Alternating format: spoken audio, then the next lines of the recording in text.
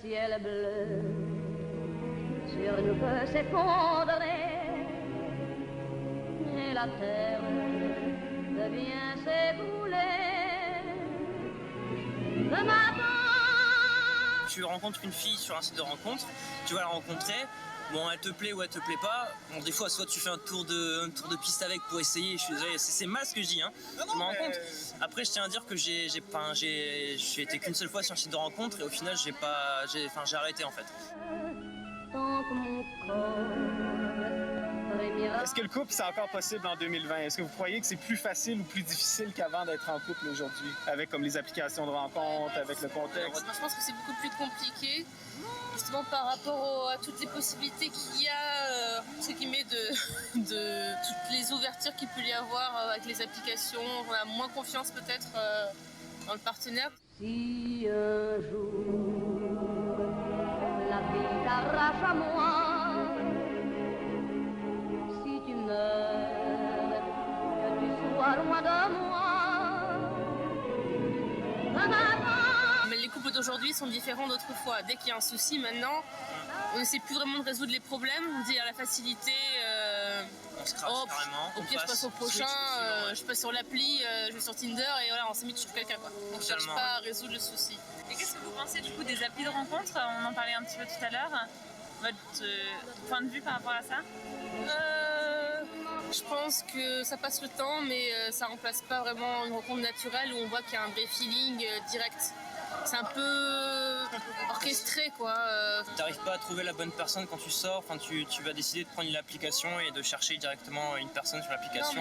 C'est un peu comme acheter, je sais pas moi, imaginons une voiture, tu vas acheter une voiture, tant de chevaux, telle marque, tel modèle, telle option. Ouais, carrément. Tu veux rencontrer une garçon ou une fille, tu veux telle couleur de cheveux, telle passion, tel point commun ou telle différence.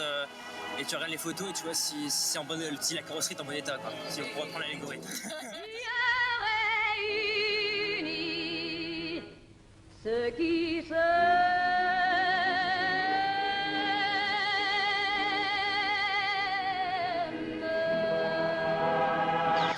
It is like a finger pointing away to the moon. Donc ça fait depuis 2012 que cette bête-là existe aux États-Unis, depuis 2013 en France, et aujourd'hui 50 millions d'utilisateurs dans le monde entier. Ça, c'est Tinder. Alors, 50 millions de personnes qui sont connectées et qui l'utilisent, ça veut dire que ça marche. Et en même temps, avec ce qu'on vient d'entendre, ça marche peut-être pas tant que ça. Ou alors, ça plaît pas tant que ça. Ou alors, ça va pas et les gens en sont pas satisfaits. Mais alors, pourquoi? Et en fait, est-ce que trop de choix tue le choix? Trop de choix tue le bonheur, en tout cas. C'est un phénomène qui a été observé de manière indépendante par différents psychologues. On appelle ça le paradoxe du choix. Myers, Lane, Schwartz vont dire que plus on a de choix, plus on est insatisfait dans la vie. Pas avoir de choix du tout, c'est pas le fun, mais avoir beaucoup trop de choix, c'est pas le fun. Moi, je sais pas pour vous, j'ai vu ici que vous avez des Subways. Vous avez des Subways? Ah oui, oui. Ouais. Pour moi, ça, c'est vraiment le paradoxe du choix. Des fois, je suis comme, j'ai le goût d'un bon sandwich, j'ai le goût d'un bon repas, mais là, quand t'arrives, c'est comme, bon, quel des 8 pains tu veux? 6 pouces ou 12 pouces? Là, c'est comme les à côté, les condiments, les sauces. Après ça, c'est poivre, sel, poivre, origan. Moi, j'ai ma recette. Chaque fois que je suis chez Subway, je prends exactement le même sous-marin, 6 pouces, boulettes de viande, olives, fromage Monterey Jack. Ça, c'est les fromages cachés en arrière. Hein, parce que vous savez, chez Subway, là, ils vont tout le temps essayer de te passer le petit Suisse dégueulasse en triangle, mais ils ont du parmesan puis du Monterey Jack caché. Mais finalement, je suis plus heureux à prendre le même sandwich tout le temps. En tout cas, t'en as l'air. Ouais, je suis dans la joie. Plutôt, mais c'est quand même écrasant d'avoir trop de choix. Puis c'est vrai que ça nous rend plus facilement insatisfait. Puis aussi avec les remords de dire, j'ai-tu pris le meilleur sandwich possible? Est-ce qu'il y a une autre combinaison de viande froide, de sauce? Alors attends, il y a deux choses qui me viennent en tête. La première, c'est que maintenant j'ai faim. Hein. Merci beaucoup, JC, de me parler de sandwich. Mais la deuxième, c'est est-ce que tu es en train de comparer les profils Tinder à des sandwichs? Mais c'est vrai que c'est incroyable parce que dans mon livre, je raconte par exemple que je tombe amoureuse d'un homme sur Tinder et il me dit, les yeux dans les yeux, il me dit moi tu sais, je suis toujours tentée de retourner sur Tinder pour voir s'il n'y a pas mieux en rayon. Mieux en rayon, donc c'est mieux que moi. Et mon premier réflexe, c'est j'ai envie de crier, j'ai envie de lui gueuler, je lui dis tu te fous de ma gueule, je suis pas une boîte de conserve. Et puis après, j'ai un mouvement de recul et je me dis mais c'est vrai qu'il y a mieux que moi, et puis c'est vrai qu'il y a des milliards de filles sur Tinder, et c'est vrai qu'il lui suffit d'1 heure peut-être pour aller faire un date avec une autre, et que dans 2 heures, il m'aura oublié. Il y a quand même des logiques similaires, il y a quand même des mécanismes similaires dans le sens où ça demeure une logique de marché, où tu as une offre, où tu as une demande, où tu as des agents qui font des choix rationnels. Puis, veut pas, le marché, de la manière qui est structurée, va donner une certaine forme de comportement, une certaine forme de résultat. Puis, c'est la nature des marchés. C'est simplement la nature des marchés. Bah, je sais pas, moi je suis pas du tout un utilisateur de Tinder. Et je fréquente pas les applis de rencontre, tout ça, mais de ce que je sais, c'est t'aimes bien, tu swipes d'un côté, t'aimes pas, tu swipes de l'autre. C'est exactement les mêmes gestes que j'ai moi quand je commandais à manger ou quand je veux m'acheter un t-shirt, quoi. J'ai l'impression que ça ressemble. En fait, la démarche, elle est similaire. C'est-à-dire que tu as une. On va parler en termes crus, mais tu as quand même une offre. Hein. Tu es à la recherche de. Ben là, c'est une relation amoureuse, évidemment. C'est pas un objet, mais ça ressemble quand même à une recherche d'objet. C'est-à-dire que tu as un choix qui est devant toi. T'as ce qui te plaît, t'as ce qui te plaît pas. Tu signifies à la personne, parce que heureusement c'est une personne, donc elle peut réagir, qu'elle te plaît, donc elle peut répondre. Mais en gros, c'est un peu comme si tu votais pour, tu sais, la star que tu préfères ou le sandwich que tu préfères. La démarche est grosso modo la même, non? Mais est-ce que ça n'a pas toujours été le cas finalement avec le mariage comme une transaction, avec, si on remonte à quelques temps en arrière où il y avait aussi, ou dans certaines cultures, la dot, et puis c'est une famille qui en quelque sorte achète à une autre famille un conjoint pour son enfant. Est-ce que finalement la logique de marché elle n'est pas là partout? C'est certain que j'ai essayé d'appliquer les mêmes principes d'application de rencontre à mon épouse. On est mariés depuis 15 ans, mais quand je dis aujourd'hui tu me plais pas, ça fonctionne pas. C'est fou, hein? C'est comme une autre logique.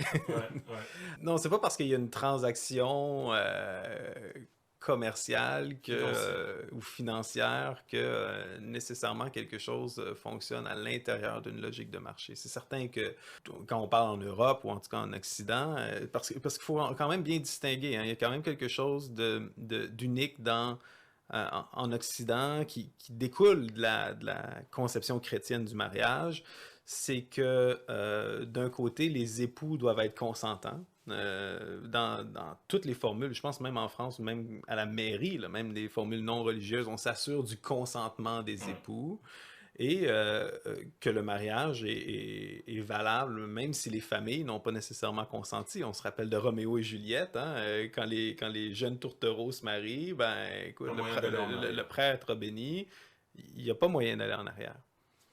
Mais pardon, excuse-moi, comment ça se fait que ça c'est quelque chose de chrétien? Tu parles de renouveau dans le christianisme par rapport au mariage? Moi, j'ai découvert ça. Je me suis marié il y a 3 ans. J'ai découvert ça quand on faisait notre préparation au mariage, en fait. Et donc, on s'est marié dans une église protestante. Et puis, avec le pasteur et la pasteur, parce qu'il y en avait 2 qui allaient conduire la cérémonie. On a discuté de comment les choses allaient se passer. Et tous les 2 nous ont parlé du fait que une fois qu'on serait dans la cérémonie, il y aurait une série de questions qui nous seraient posées. Et une des questions clés, c'est est-ce que vous entrez dans ce mariage par libre consentement? Et moi, j'ai commencé à poser des questions. Enfin, je me suis demandé un petit peu d'où ça venait. Et je me suis rendu compte qu'en fait, historiquement, en tout cas en Europe, l'idée que le mariage devait être basé sur le consentement de chacun des époux, et donc il y avait un engagement vraiment personnel, pas juste des familles, pas juste du village, pas juste, mais qui est un engagement personnel, c'est une innovation chrétienne. Donc quand les premières communautés chrétiennes ont commencé à célébrer des mariages dans l'Empire romain, c'était différent de ce que le droit romain ou la culture romaine préconisait, c'est-à-dire que on supposait que 2 partenaires qui se mariaient avaient fait une démarche de choix, une démarche d'engagement. D'accord, mais c'est la même chose quand on se met sur Tinder. On a fait une démarche de choix, on a fait une démarche aussi consentie, on n'a pas été forcé à se mettre sur Tinder. Et puis on recherche en bonne âme et conscience une personne qui, en face elle-même, aura consenti à être là et à être swipée à droite ou à gauche et plus si affinité. Oui, oui, tout à fait. Je pense que, en effet, on déroge pas de cette idée-là de consentement, entre guillemets, libre et éclairé. La différence, par contre, c'est que même si dans le passé, oui, effectivement, il y avait quand même une offre et une demande à l'intérieur, si on veut réduire la question des couples qui se forment en termes économiques. Généralement, une fois que la transaction était faite, les gens sortaient du marché. Ça faisait que les logiques de marché n'avaient pas nécessairement le temps de s'imposer dans la vie d'individus. C'est-à-dire qu'aujourd'hui, par exemple, avec des applications comme Tinder, les gens y vont à plusieurs reprises. Donc, c'est pas simplement... Il y a certaines personnes qui trouvent l'âme sœur à la première rencontre, puis finalement établissent une alliance, établissent un engagement à long terme, cœur à cœur. Mais le problème avec Tinder, ou des applications de rencontre du genre, c'est que les gens y rentrent, ils sortent, ils rentrent, ils sortent. Et là, vraiment, les logiques de marché qu'on verrait dans d'autres systèmes de marché vont vraiment se mettre en place. La question qu'il faut se poser, c'est la place que sont en train de prendre les applications de dating dans notre société qui est de plus en plus grande. Les sociologues sont unanimes. D'ici 20 ans, d'ici 15 ans, ce sera 80% des couples qui se rencontrent sur ces applis. Du coup, il faut se poser la question de on est en train de confier collectivement à des personnes qui n'ont pas nos intérêts en tête, qui ont leurs intérêts en tête, la responsabilité, ou en tout cas, oui, la responsabilité de nous trouver un partenaire potentiel. Donc se demander qu'est-ce qu'on est en train de faire en fait collectivement. Est-ce qu'on n'est pas en train de marcher sur la tête? Tout à fait, parce que du coup, ces personnes, ce qu'elles veulent, c'est faire fortune, pas nous rendre heureux, quoi. Par exemple, Céline Dion a vendu plus d'albums que les 100 000 artistes les moins distribués sur Tinder. Ce qu'on dit, c'est que c'est comme une minorité de garçons qui vont se partager la majorité des filles. Je me souviens plus exactement ce qu'est les chiffres, là. C'est comme 5% des garçons vont avoir des contacts, des matchs avec 80 ou 60% des filles, mais une grosse partie des garçons vont avoir zéro contact. Donc, c'est plus une distribution... Égal, non, c'est ça. Et ça, c'est une logique de marché aussi. Dans le passé, tu avais plein de garçons compétents en termes romantiques ou qui n'avaient pas non défectueux, qui se matchaient avec des filles qui avaient des mariages qui fonctionnaient, mais qu'aujourd'hui se ramassent en rentrant dans ce marché-là. D'une part, dans les interviews qu'on avait avec les filles, c'est qu'ils disent c'est difficile de trouver des gars sérieux parce que pour eux, ils sont capables de passer d'une fille à l'autre. Puis, de l'autre côté, il y a plein de gars qui sont peut-être sérieux, qui, eux, ont aucune chance. Et ça, il faut s'y attendre à l'intérieur d'une logique de marché. C'est ce genre de comportement, de distribution qui est naturel dans un marché où tu as un choix ou une structure comme celle qui est imposée par les applications. Christelle, qu'est-ce que tu en penses? Je pense que, par rapport à ce qu'on vient d'entendre, en fait, c'est là que se joue la distinction entre... C'est ce qu'on disait tout à l'heure par rapport au mariage. Hein. Tinder, ou les applis de rencontre, en général, elles te donnent l'impression, moi je dirais peut-être même l'illusion, que le fait d'avoir le choix va te donner du bonheur, en fait. Tu es heureux, et en fait, si on va vers ces applis, c'est parce qu'on a le choix, c'est facile.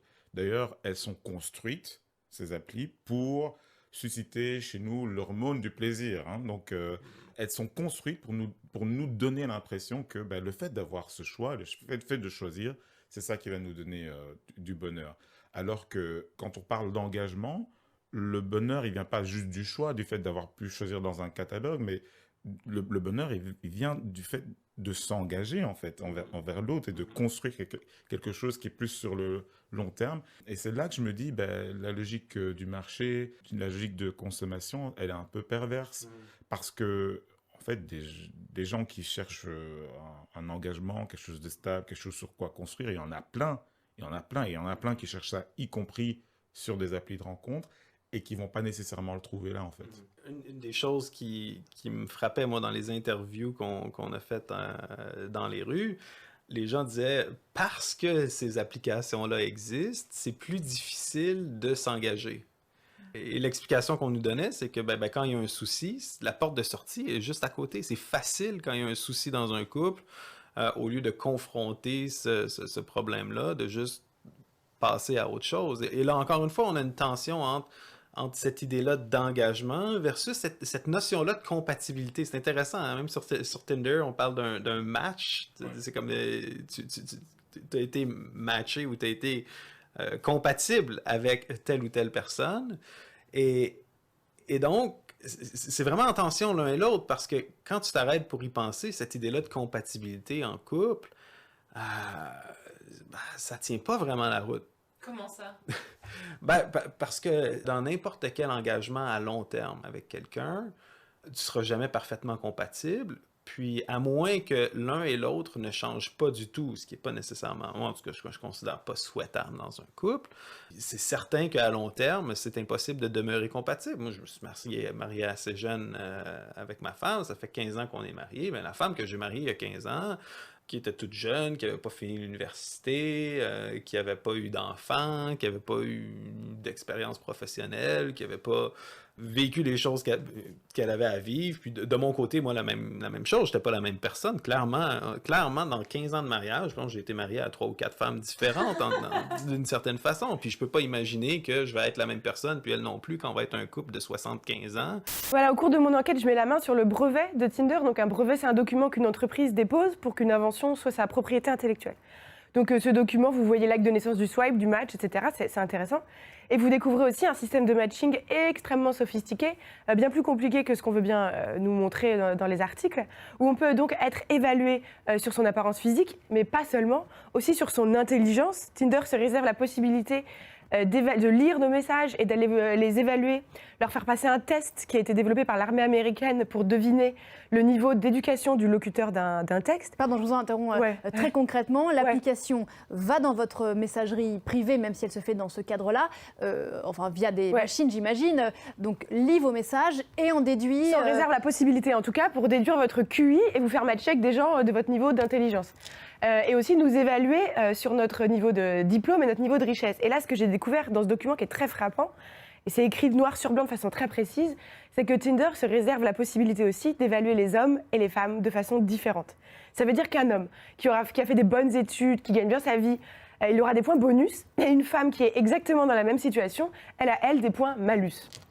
Et moi, ce qui me fait capoter avec cette idée-là de compatibilité versus engagement, c'est que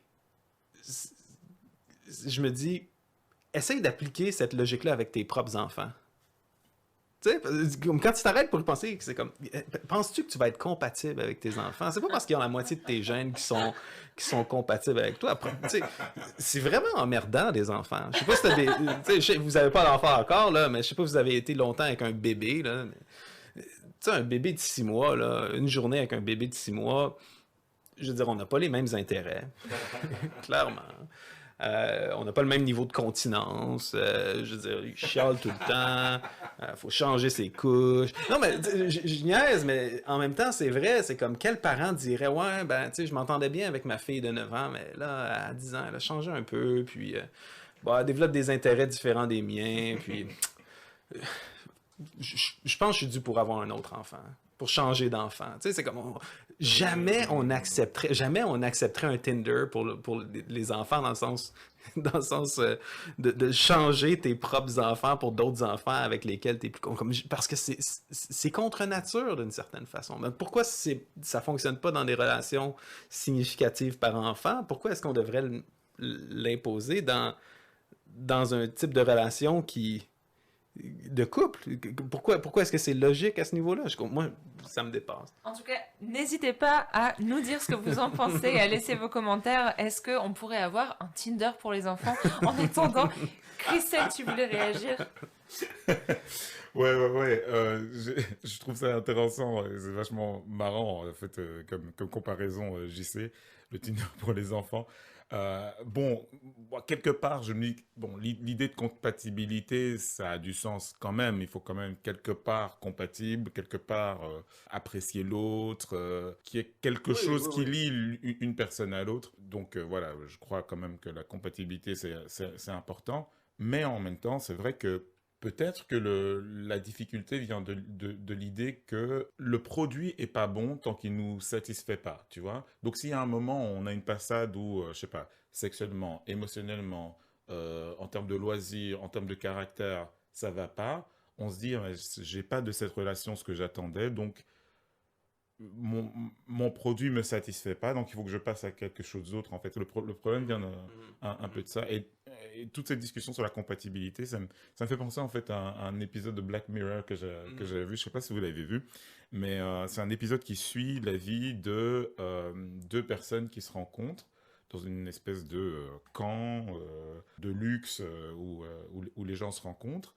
On comprend que l'idée en fait c'est que les couples se fassent parce qu'en fait ils passent en fait un week-end ensemble et puis il y a plein de couples qui se forment et si ça fonctionne, ils continuent plus loin, si ça fonctionne pas, ils reviennent à la case départ. Donc on suit le parcours de ce couple-là et puis à la fin de l'épisode, désolé, spoiler alert, puis à la fin de l'épisode, on se rend compte qu'en fait l'histoire de ce couple qui en fait s'est rencontré mais s'est disputé mais à la fin s'est mis ensemble, c'était une simulation et c'était une simulation vraiment informatique, c'est-à-dire que c'était une simulation parmi 99 autres simulations qui ont montré que sur 100 mises en commun, 99% des cas, le couple restait ensemble.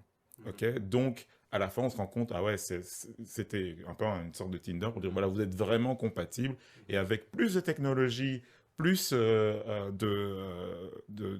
choix, etc., on se rend compte de ce qui fonctionne. Mais le problème, c'est que l'épisode, il s'arrête à un certain moment. Hein? Il s'arrête à la fin du week-end. Qu'est-ce que ce sera dans un mois? Qu'est-ce que ce sera dans 2 ans? Donc, je pense que l'idée juste de se dire, il faut que je trouve quelqu'un qui est compatible, quelqu'un qui, je sais pas, qui m'excite ou qui a les bons critères, la bonne description, c'est pas suffisant. Il faut, sans dire qu'il n'y a pas de notion de compatibilité. Non. Ça, c'est pas ce qu'on est en train de dire. Là. Mm-hmm. Non. Et peut-être qu'après, ce qui chiffonne un petit peu les utilisateurs de Tinder qui vont dessus et puis se rendent compte que ça les déçoit, justement ce côté simulacre de non, on va vous trouver la personne parfaite, ou alors vous avez l'opportunité d'utiliser cette technologie pour trouver la personne parfaite. Sauf que, est-ce qu'on se pose même la question de comment est-ce que ça fonctionne Tinder, et est-ce qu'on pense à tous les algorithmes qui sont en train de nous présenter des personnes, comparer un profil face à un autre, une image face à une autre, et de noter les gens et de nous donner ensuite sur notre profil des têtes qui seront en théorie compatibles selon une liste d'algorithmes et de calculs. Et je me dis peut-être que la raison pour laquelle les gens qu'on a interviewés se sentaient un petit peu frustrés et puis gênés en disant mais ça rend le couple encore plus compliqué, c'est que ça nous place nous-mêmes, non seulement en tant qu'utilisateurs, mais même en tant que produit qu'on note, et on se met en fait dans cet grand étalage du supermarché de l'amour. C'est vachement agressif en fait, moi c'est comme ça que je le ressens. Toi ça te frustre un petit peu, je sens souvent cette frustration-là quand tu parles de cette dynamique-là, ça te... J'aime pas trop être vu comme un produit. Et ouais, je me dis, mais en fait comment on sort de cette logique de marché? C'est la meilleure illusion de Tinder, hein, te faire croire que tu as le choix alors que toi aussi tu as un produit sur l'étalage comme tout le monde. Je repense à la conversation qu'on est en train d'avoir, j'ai envie de dire, on peut pas courir 2 lièvres à la fois. On peut pas à la fois vouloir le choix, la légèreté, vouloir la facilité. On peut le vouloir, mais on peut pas à la fois vouloir ça et vouloir la profondeur, l'authenticité, l'engagement, qui sont en fait des choses qui vont beaucoup plus nous satisfaire que l'illusion du choix, en fait, qui nous frustre et qui, comme on a entendu ces gens dans la rue disaient, mais au fond, ça marche pas. Il y avait d'autres personnes qui disaient, mais ça conduit à des bails de tromperie où tu te mets avec plein de personnes en même temps juste pour voir. C'est pas stable, ce genre de choses, quoi. C'est là le vrai dilemme de compatibilité, d'incompatibilité. C'est pas tant est-ce que tu es compatible avec quelqu'un d'autre, bien que oui, il faut qu'il y ait une certaine compatibilité de base. Ce qui est vraiment incompatible, et pas juste dans le couple, dans tous les éléments de la vie, ce qui est vraiment incompatible, c'est la facilité, la légèreté, la multiplicité des choix versus l'engagement, la profondeur, puis une vraie transformation. Je veux dire, c'est la même chose par rapport à, je sais pas, à tes hobbies. Je veux dire, si moi, je décide j'ai le goût d'essayer de la trompette, puis de la guitare, puis du piano, puis ci, puis ça, puis ci, puis ça, puis je joue une quinzaine d'instruments, ben, je vais jamais avoir la capacité même de jouer d'un instrument, de jouer bien si... Ben, en fait, moi, c'est ça que j'ai fait. Hein, je pianote, puis je guitarite, là, mais je veux dire, je suis pas capable de m'asseoir dans mon salon puis de dire « Ah, je me sens comme ça, puis je vais composer quelque chose. Ouais. » Moi, j'ai beaucoup d'admiration pour les gens qui ont eu la patience de s'engager dans une discipline ou dans quelque chose, puis aujourd'hui, ils sont capables de vivre, puis de faire, puis d'expérimenter des choses qui sont merveilleuses, puis qui bénéficient tout le monde. Je pense dans un couple, c'est un petit peu la même chose. C'est comme, tu peux pas tout le temps faire le même niveau à Mario Bros. À un moment donné, il faut que tu rentres dans le jeu, il faut que tu rentres en profondeur. C'est sûr que c'est excitant, puis il y a les papillons quand tu commences à sortir avec quelqu'un, puis tu commences à te découvrir, puis tu réalises que t'es aimé. C'est sûr qu'il y a des choses dans le début du couple que tu vis pas nécessairement à 4 heures le matin quand t'as 2 enfants qui pleurent en bas âge, tu sais. Mais il y a quelque chose que tu développes en ayant comme un narratif à long terme avec quelqu'un qui est impossible à répéter. C'est cette tension-là entre la stimulation, l'hyperstimulation. Ça revient souvent dans nos épisodes, mais je pense que c'est le mal de notre siècle. C'est le mal de l'hyperstimulation, l'hypersélection, avec un mode de vie qui est plus lent, qui est plus patient, qui est plus engagé, puis qui est peut-être moins excitant, stimulant, mais qui est tellement plus gratifiant puis satisfaisant. Donc le choix, ce serait pas est-ce que Tinder ou pas Tinder, mais est-ce que une certaine vision de la relation qui rentre dans cette logique de marché, de recherche, de compétition même et d'algorithme, et l'alternative qui serait l'engagement, avec tout ce que ça implique de difficultés aussi dans le couple, et puis de patience aussi, insupportable de devoir attendre pour chercher la bonne personne, pour la trouver. On discutait avec une femme hier dans la rue qui disait, ouais, quand tous les gens sont sur Tinder, du coup, on n'arrive même plus à rencontrer des gens dans la rue, et on n'arrive même plus à rencontrer des gens dans la vraie vie, et à chercher à construire une vraie relation. Ça prend de la patience et ça prend de la difficulté et peut-être même de la grosse déception, en fait, de chercher cette voie de l'engagement. Mais on peut pas courir 2 lièvres à la fois. Sur Tinder, peut-être qu'on peut courir 2 lièvres à la fois, mais c'est justement... Finalement, tu te maries avec aucun lièvre. N'hésitez pas à nous donner votre avis là-dessus, à nous laisser vos commentaires. Est-ce que vous êtes d'accord? Est-ce que surtout, vous n'êtes pas d'accord? Et comment est-ce qu'on construit le couple aujourd'hui à l'ère de Tinder, à l'ère des applis de rencontres, et dans cette logique de marché où peut-être qu'on n'a pas envie d'être un produit, et peut-être qu'on a envie de chercher à comprendre le couple et l'engagement. Merci beaucoup de vos retours. It is like a finger pointing away to the moon.